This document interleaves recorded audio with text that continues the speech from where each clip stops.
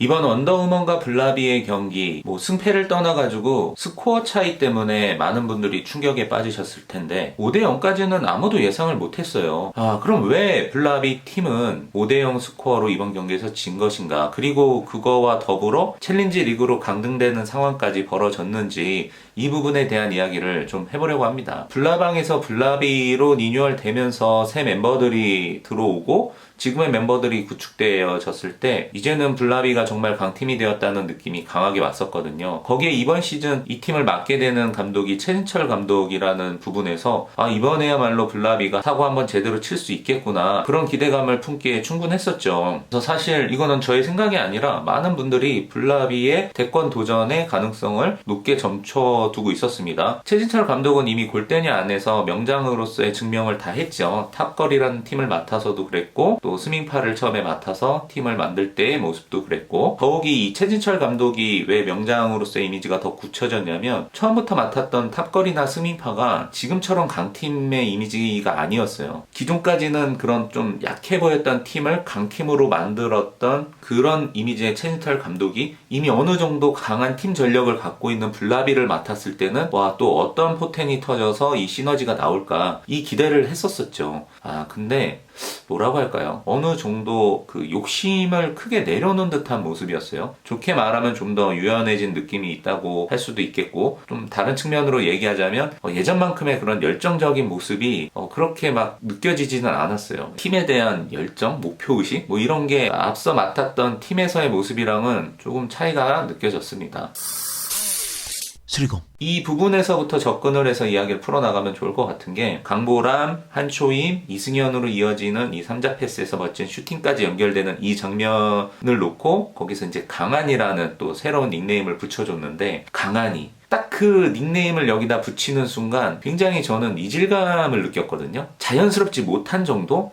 그런 느낌을 받았어요. 일례로 그런 콤비 플레이에 붙여지는 이름들이 있잖아요. 이제는 브랜드가 된 경석이, 이제 발라드리면은 경석이뿐만 있는 게 아니라 그 삼서 트리오의 또 삼서 닉네임이 있죠. 지금 상대했던 원더우먼 팀에는 쏘가리, 월드클래스에서는 나올이라는 콤비 플레이에 대한 애칭이 있는데, 이번 블라비에서의 강한이는 굉장히 어색한 거예요. 그 이름 자체가. 그래서 이게 단순히 워딩에서의 부자연스러움인가? 라고 받아들였는데, 그 본질적인 이유가 있는 것 같아요. 뭐냐면 이 팀 자체가 지금 이게 하나의 팀으로서 끈끈하고 단단하다라는 느낌 자체가 없는 거야. 이 선수들 간의 유대도 그렇고 그 다른 팀들이랑 비교해 봤을 때 정이라고 하면 정이라고 표현되어지는 그런 감성적인 부분, 이 경기에서 플레이하는 이 팀의 전술에서의 어떤 호흡, 이런 것들을 다 전반적으로 보더라도 다른 팀들에 비해서 그렇게 팀워크가 되게 좋아 보이는 느낌은 아니에요. 그냥 한마디로 더 쉽게 표현하면 팀원들끼리 그렇게 친해 보이지가 않아. 근데 그런 느낌들이 경기장 안에서의 플레이에서도 분명히 영향을 끼치거든요. 블라비의 아이덴티티는 사실 블라방에서부터 시작된 거잖아요. 그리고 블라방 때 그 멤버들을 생각해보면 이 안혜경님을 제외하고 나면은 그 블라방 팀과 지금의 블라비 팀은 전혀 상관이 없는 팀이에요. 그러니까 다른 팀 같은 경우는 무엇인가 하나의 주축으로 공통된 분모를 가지고 모인 팀들이란 말이죠. 아나콘다라든지 게벤저스라든지 이런 팀들을 보면 이미 시작 전부터 이 팀의 유대는 생길 수밖에 없는 거잖아요. 그런 측면에서 일단 블라비라는 팀 자체가 중반에 너무 큰 리뉴얼을 겪으면서 이 팀의 구성 자체가 다른 팀의 그 역사적으로 갖고 있는 그 정통성, 이 팀의 유대, 팀워크 이런 부분에서 이미 너무 불리한 상황이라고 봐요. 어쨌든 이거는 팀플레이고 개개인의 능력이 아무리 좋아도 이게 하나의 팀워크로 또 팀의 전술로 발현되지 않으면 결코 강팀이 될 수가 없어요. 굳이 누구의 탓으로 얘기를 할 거는 아니지만 안혜경 님이 주장임에도 불구하고 블라방 멤버일 때 오히려 안혜경 님이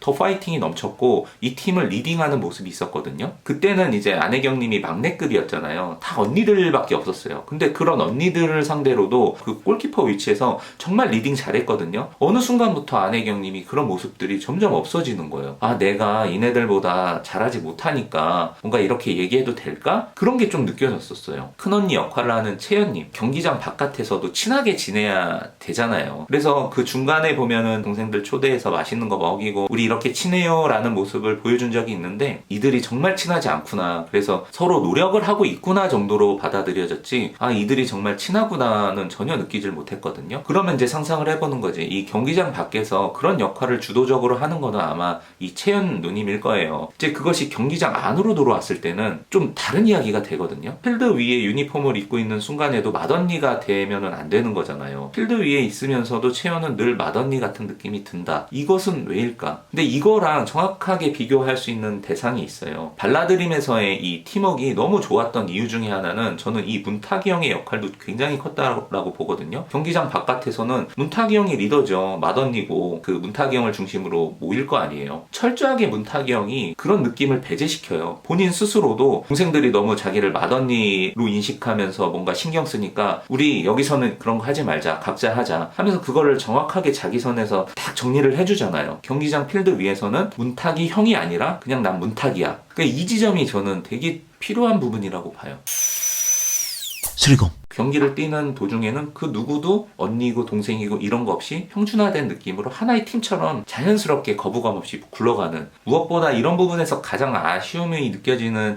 인물은 저는 강보람이에요. 이런 실력적인 부분에서의 에이스 역할만 할 게 아니라 본인이 이 필드 위에서 리딩을 해야 돼요. 주장 타이틀을 달고 있는 선수들이 리딩을 하거나 디렉팅을 하는 게 아니라 그 리딩과 디렉팅은 각 팀의 에이스들이 하는 거예요. 일례로 탁거를 보십시오. 정신적인 지주는 채니나가 중심에서 딱 잡아서 하지만 디렉팅이나 리딩은 김보경이 해요. 그러니까 가장 이상적인 팀 중에 하나가 저는 이 탁거리라고 보거든요. 각 개인의 능력보다 팀으로 모였을 때 더 커 보이는. 월클도 보면은 뒤에서 캐시가 골키퍼 보면서 후방에서 받쳐주고 있고 사우리가 전방에서 리딩하니까 앞뒤로 강력한 리더들 있잖아요. 수비할 땐 캐시를 중심적으로 리딩이 되면서 팀원들이 하나로 뭉쳐지고, 공격할 땐 사우리를 중심으로 리딩하면서 하나로 뭉쳐지고. 그러니까 강팀들은 다 이런 모습을 띠고 있어요. 스밍파도 보면 강해질 수 있는 이유 중에 하나는 뒤에서의 일주어터의 그 역할이 정말 크다고 봐요. 일주어터를 굉장히 높게 평가하는 것 중에 하나가 자기 실력에 대비해서 주눅들지 않아요. 그러니까 저는 이 팀에서 안혜경님이 약간 일주어터를 보면서 본받아야 되는 부분은 그런 부분이라고 생각해요. 자기 실력적으로 보면 여기서 제일 큰 목소리 내면 안 되지. 여기서 보면 자기보다 잘하는 선수들이 다 지금 필드 위에 있는데, 근데 그거랑 상관없는 거예요. 그 위치가 그런 역할을 해줘야 되는 위치이기 때문에 하는 거예요. 근데 일주어터는 정확하게 그걸 알고 뒤에서 계속 얘기하잖아요. 필요 이상으로 더 리딩하는 경우도 있지만 일주어터가 그런 역할을 해주기 때문에 이 스밍파가 하나의 팀으로 결속이 되는 거라고 저는 생각이 듭니다. 그랬을 때 강보람 선수는 지금보다 더 강력하게 그 리더로서의 리딩 역할을 해줘야 돼요. 그러니까 이게 보면 강보람 선수의 성격이 어느 정도 보이잖아요. 바깥으로 소리를 내는 것 자체가 좀 어색해하는 그런 인물이에요. 그냥 조용조용하잖아요. 경기를 할 때나 응원할 때도 보면은 조용조용하고, 오케이 그건 알겠는데 그럼에도 불구하고 경기장 안에서 경기를 할 때는 좀 더 카리스마 있게, 그게 본인이 주장이 아니더라도, 왜냐면 그 에이스의 역할에서 그거를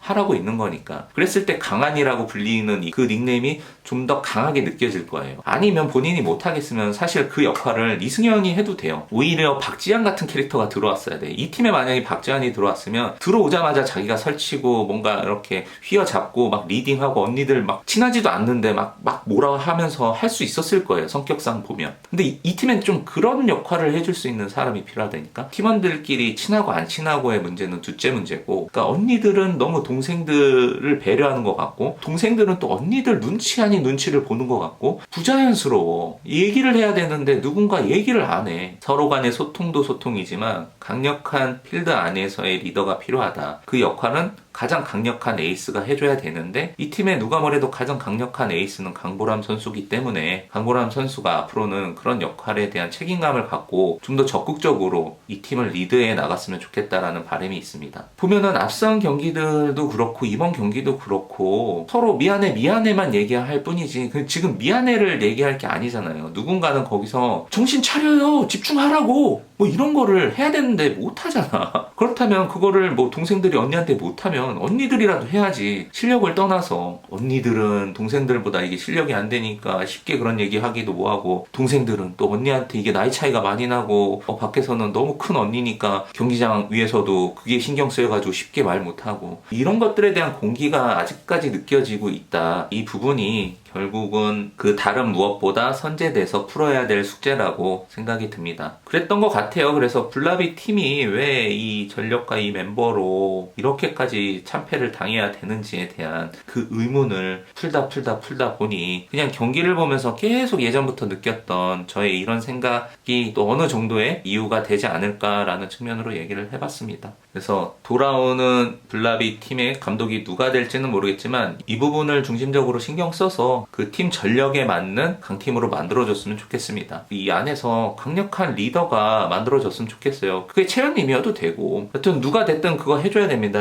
벤치 밖에 있는 이줄이라도 이걸 해야 돼. 이줄이라도 근데 벤치 밖에서 이거 하면은 그렇게끔 또 효과가 없겠다.